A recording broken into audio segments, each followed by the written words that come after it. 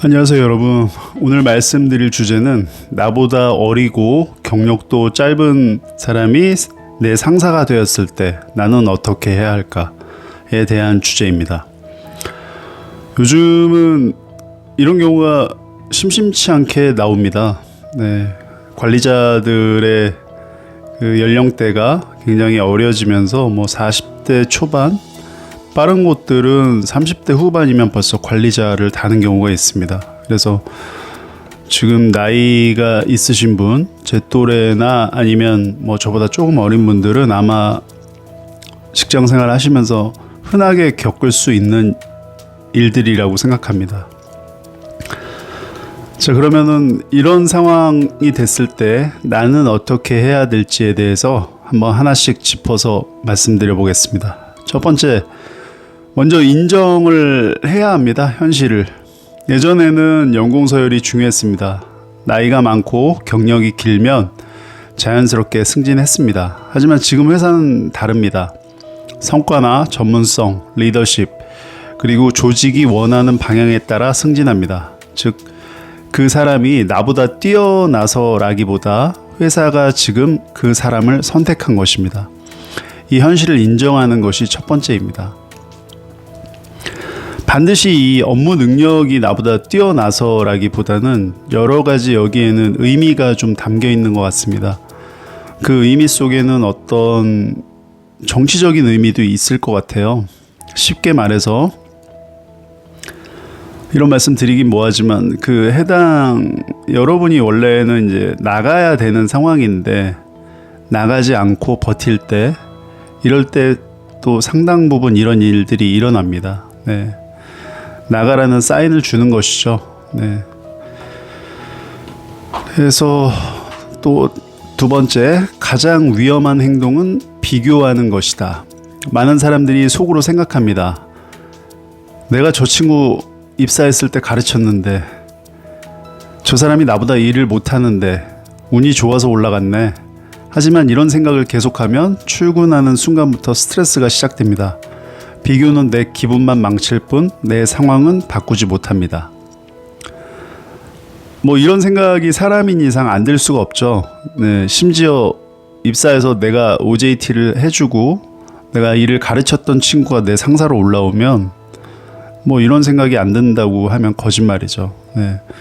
그리고 운이 좋아서 올라갔네. 이런 부분은 라인을 통해서 어떤 정치적인 의미로 얘를 픽업해서 위로 끌어올렸을 수도 있다, 이런 내용인데 이게 사실이라 하더라도 비교를 계속하고 이런 생각에 사로잡히면 계속 스트레스에 이제 휩싸이게 되죠. 세 번째는 상사를 사람으로 보지 말고 역할로 봐라. 회사에서 상사는 좋은 사람인지 나쁜 사람인지보다 조직을 대표하는 역할입니다.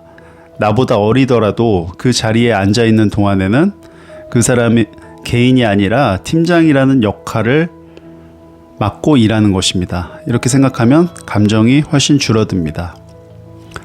그 상사를 사람으로 봤을 때 우리가 이런 비교도 하게 되고 거기서 오는 그런 억울함들이 생기죠. 근데 그냥 약간 외국식 마인드로 그냥 그 사람은 그 자리에 앉아서 자기의 그냥 역할을 하는 것 뿐이다 라고 생각하면 좋다라는 의미입니다.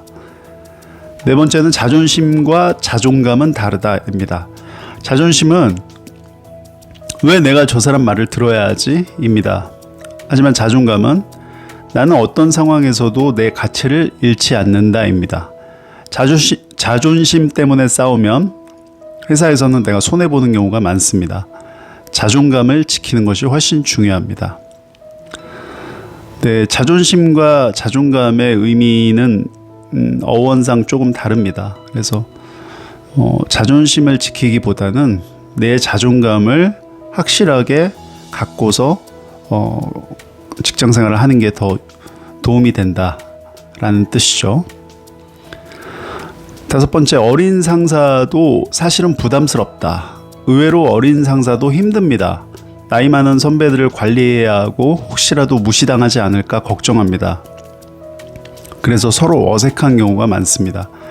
내가 먼저 협조적인 태도를 보이면 오히려 관계는 훨씬 좋아질 수 있습니다.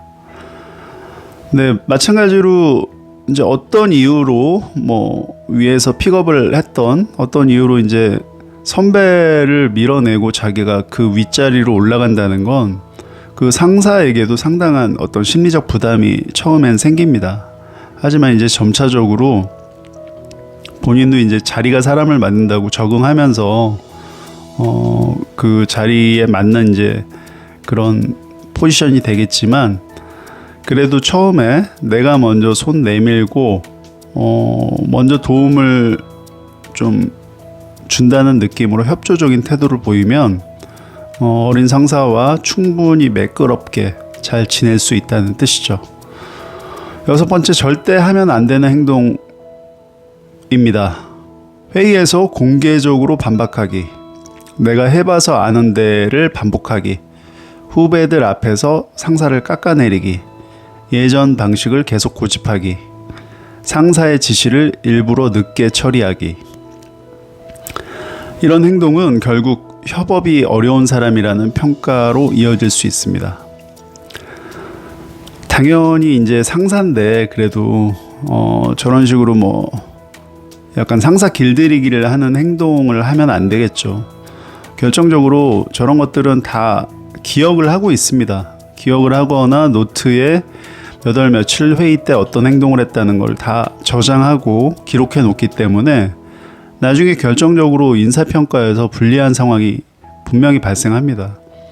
네, 그런 모든 행동 하나하나가 다 점수로 연결되기 때문에 이런 것들은 절대 해서는 안 되겠죠. 상사는 상사인 만큼 충분히 협조적으로, 그 다음에 상사를 존중하는 마음으로 대해주어야 합니다.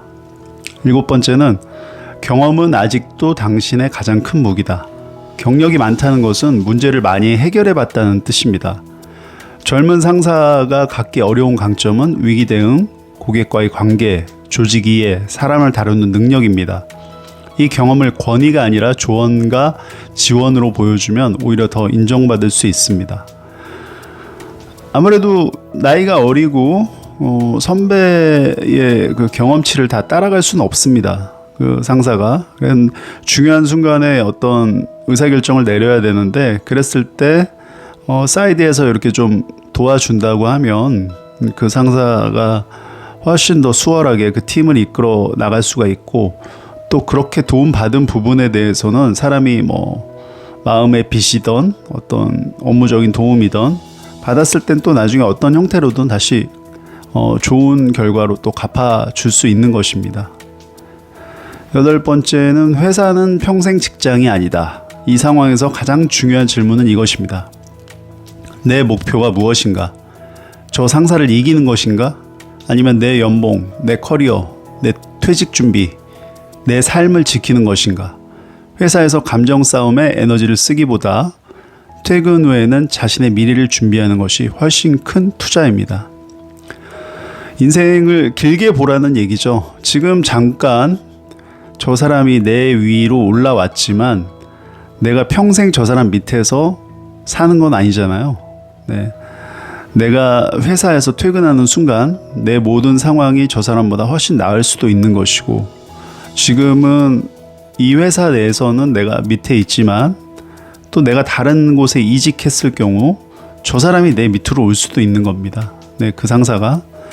그래서 지금 내 눈앞에 펼쳐진 상황만 보고 뭔가 거기서 스트레스를 받을 게 아니라 인생을 좀 길게 보고, 그리고 이 회사가 끝이 아니라는 생각으로 충분히 여러 가지 상황이 더 변할 수 있잖아요. 역전할 수 있잖아요, 우리가.